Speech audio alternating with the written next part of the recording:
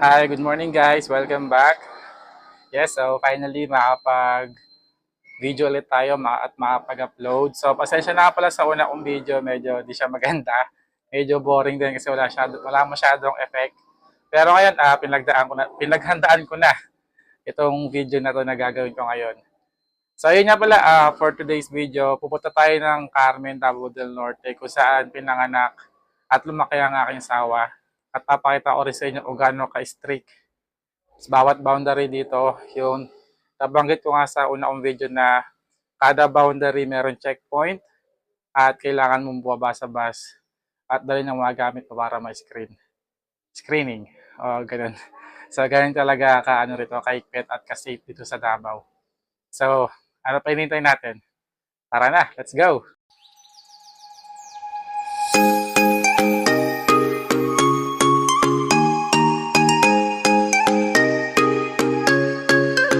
So, ayun na nga. Ready na tayo malis. So, medyo mainit. Palabas na tayo ng bahay para pumunta ng Carmen, Davao del Norte. O nga pala, madalang lang ako makapag-upload sa makapag-video kasi meron tayong full-time na trabaho. Kaya ngayon lang ulit makapag-video dahil day off ko ngayon. So, wala pa tayong tulog. Sa bus tayo matutulog. O nga pala, mamaya madadaanan natin yung airport dito. Saka yung kung saan nagkatago si Kibuloy. Yes, malapit lang dito yun guys. Papakita ko sa inyo mamaya. During that time, isang lane, yung first day yata yun, isang lane yung sinarado. Tapos doon buong 2 lanes na sinarado kaya pahirapan ng umuwi nun from Carmen to Buhangin. Talagang iikot ka pa ng malayo. Pero yun, tara na. Let's go na. So yun, ito nga pala yung tulong ng lugar namin.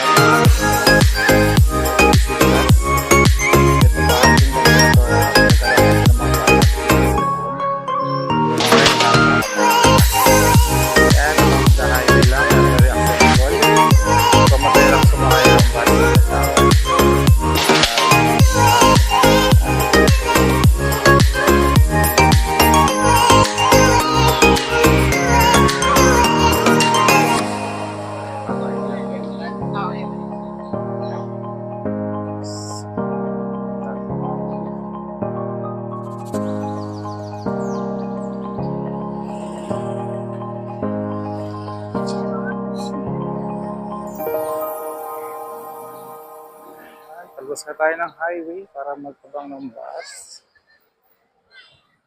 Napang bus. So, hintay tayo dito. Kaya maghintay.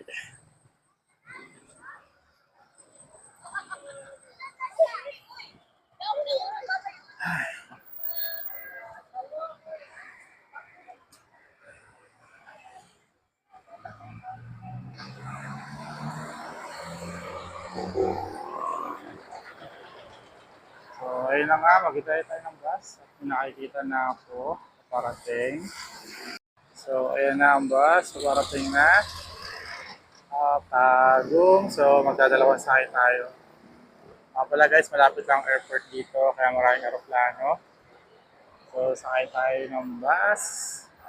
Ito na, let's go now. Puno na. Puno na. So, yun, puno na yata yung bus, kaya di tayo hinintukan dito. So, maghihintay ulit tayo ng bus na darating. Forward na lang ulit tayo dun sa unahan. Kaya kung may mga sasakyan, ulit tayo dumaan.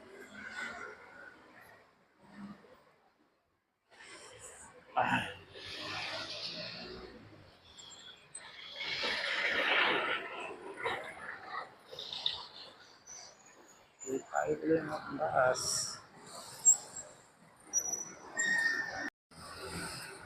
ayun na guys, ang tagal ng bus kumating. Mukhang mapipili na tayo sa likod dumaan. Tara, doon na lang tayo sa likod dumaan at magantay ng bus.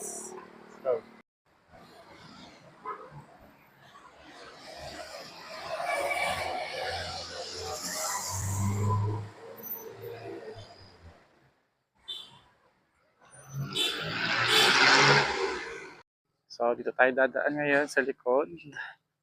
Sa kabila tayo mag-aabang ng bus. So, lakad lang tayo. Walking distance lang. Lapit lang naman yun. Kasamahan niyo ko.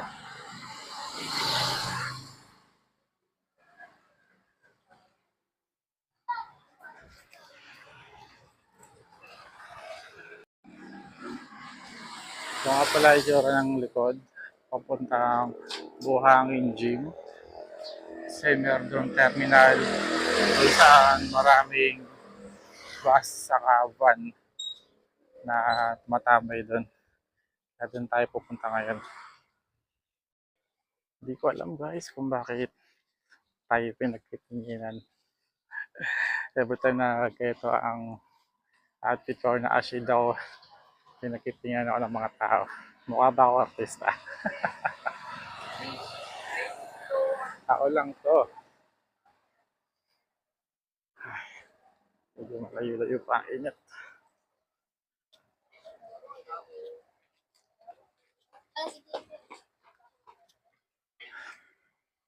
Hindi tayong apag dalang payong. Ay. Guys, sa init.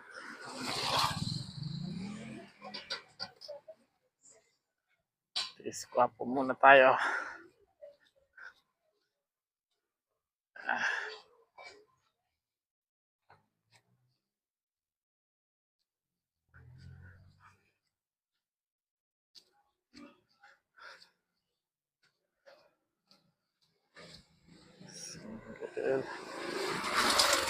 Minsan kasi nagka-tricycle na ako rito papuntang Buhangin Gym.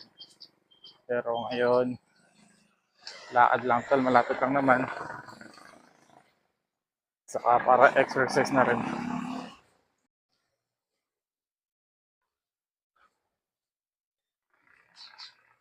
Na highway, malapit na, konti lang. Tayo dadaan. So yun, malapit na tayo sa highway. Konting tiis na lang. Init.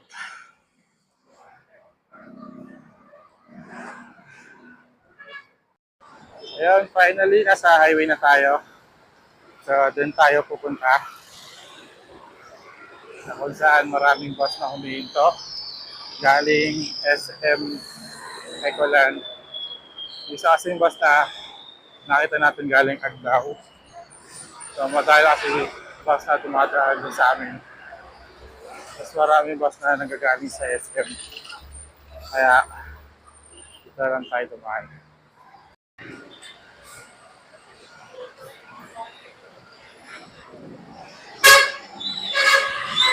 Ayan, may bus na.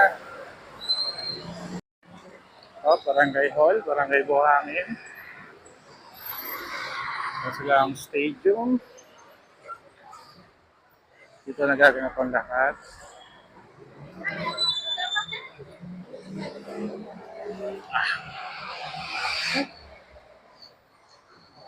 Kapagod.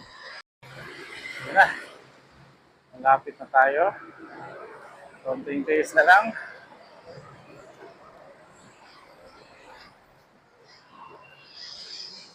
O nga pala guys, dito sa Buhangin, sa kami nakatira. Daming establishment dito. Daming karinderya, kainan. Vape shop talagang syudad na.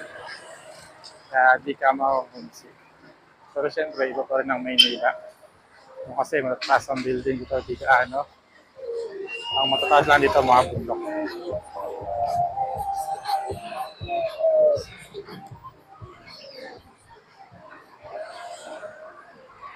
Yun lang, maiwanan tayo ng bus. Pero okay lang yung marami pa naman bus. So ayun, sa wakas, nakarating din tayo. At may bus na rin na paparating. Butuan.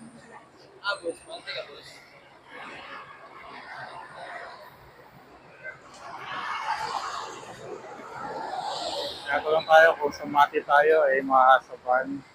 Medyo expensive yan. So, bus lang tayo.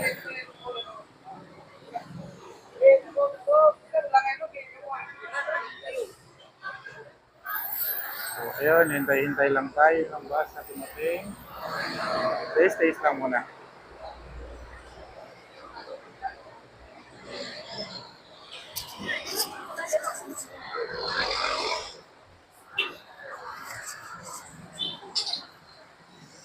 Tinago ko nga pala yung mic para hindi halatang nag-video tayo. Para di na tayo nag-vlog tayo. O nga pala guys, dito sa Davao. Sikat ang hinalang dito sa Balbakwa. So, yun ang panlaban nila sa papaitan sa Luzon. Nakatikim na ako minsan ng hinalang talagang solid yung anghang niya, nakaka-refresh talaga. So, bagay na bagay pag nakain naman ka. Siyempre, masarap din siyang pang-ulam. Nakapansin ko dito, madaming restaurant na puro fried chicken lang tinitinda. Hindi ko alam kung bakit ang daming chicken dito. Mayaman sila sa manok. Napapansin niya bawat kanto yan. Merong mga lutong manok, itong manok. Sabi, tagal ng bus. Estimated time, makakapit tayo ng karne 2 oras. Kasi marami pa tayong dadaanan, lang pa tayo ng Panabo, Tibong ko.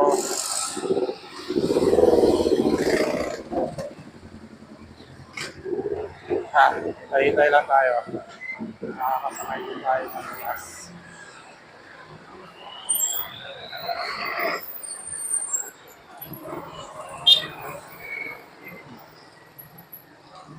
Kailangan kumain tayo bago umalis. So, di tayo gutom. Yung bus, walang bus. Anong oras na kasi?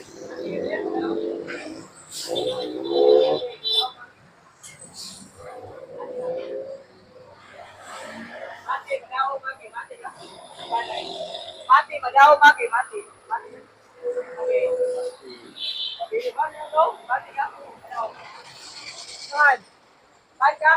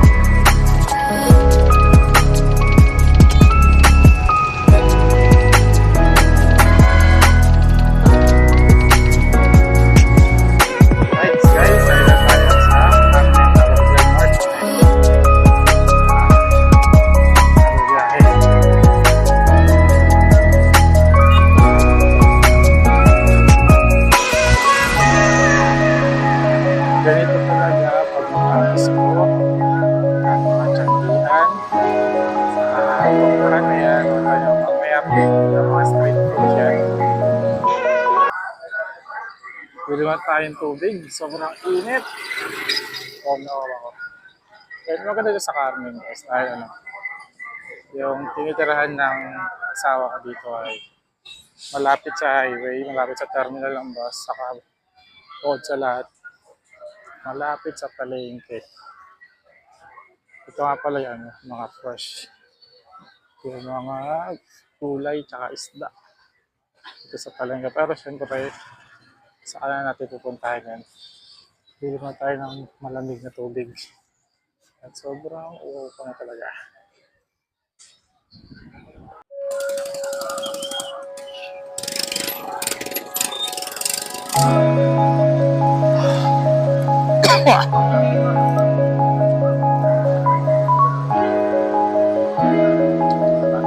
Tingin-tingin.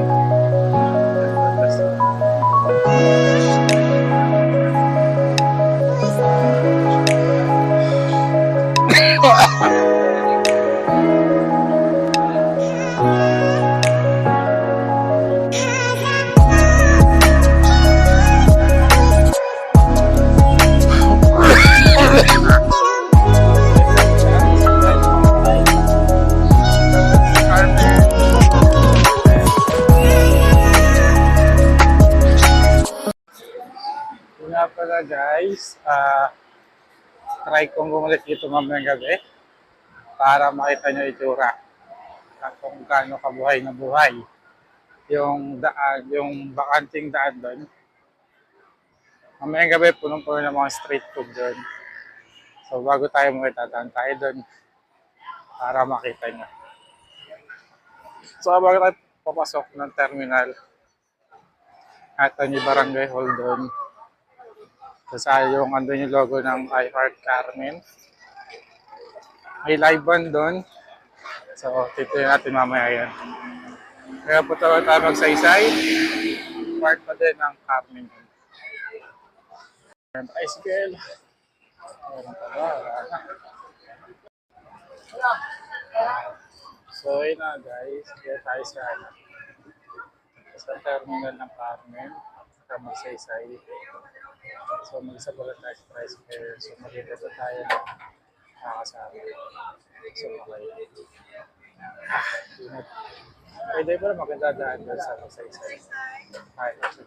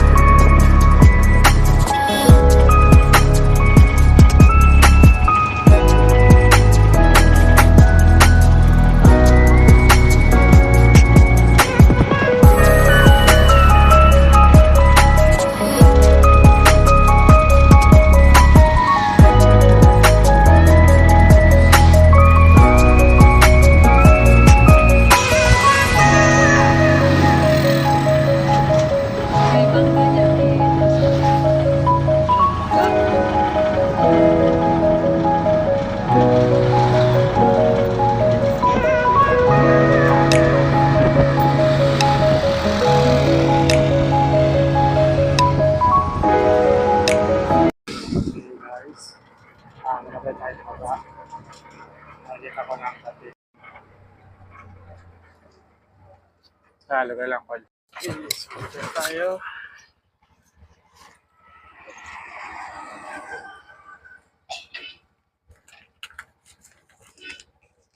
Wala.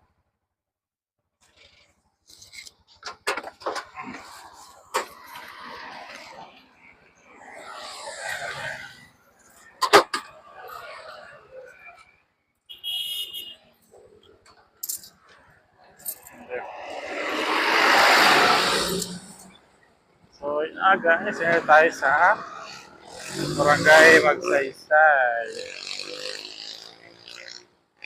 Kung saan natira ang nanay ni Aileen, aking asawa.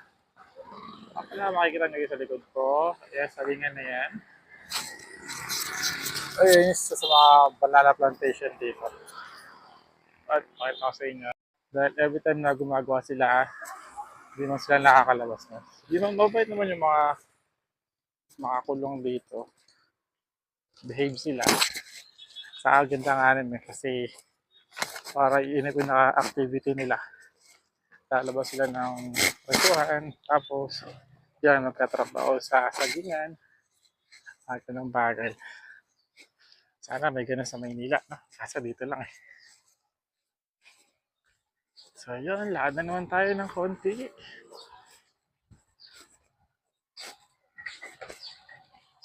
O nga pala, guys, itong part na to, sa bandang dulo, part na rin siya ng The Picol farm, sagingan.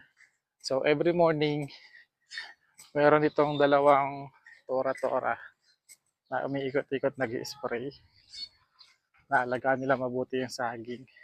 Kasi yung pagkakaalam ko yung mga saging dito yung ina-export nila. Tapos yung ginagawang banana chips. Yun nga pala guys, pasensya na. Hindi ko sa inyo napakita yung airport sa yung malaking dome na inaano ni Kibuloy. Nagkataguan niya dati. Kasi grabe, hirap sumakay ng bus. Tayuan, punuan pa. Kaya kung saan lang ako nakaupo, doon na lang ako nag-start mag-video. Pero mamayang gabi naman pag uwi natin ng buhangin. Kasi uwi din agad tayo. Kasi yung asawa ko di sanay mag-isa. Yes. Sa day off ko ngayon, so magka-quality time kami. Yan, malapit na.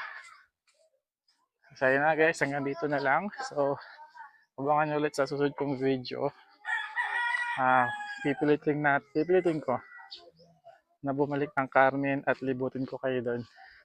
Especially sa pinaka open stadium nila. Kung saan maraming ganap na nangyayari. At malapit sa sa barangay. So yun guys, thank you so much sa panonood ng video and sana huwag kayo magsawa at supportahan niyo ako. So see you next time guys.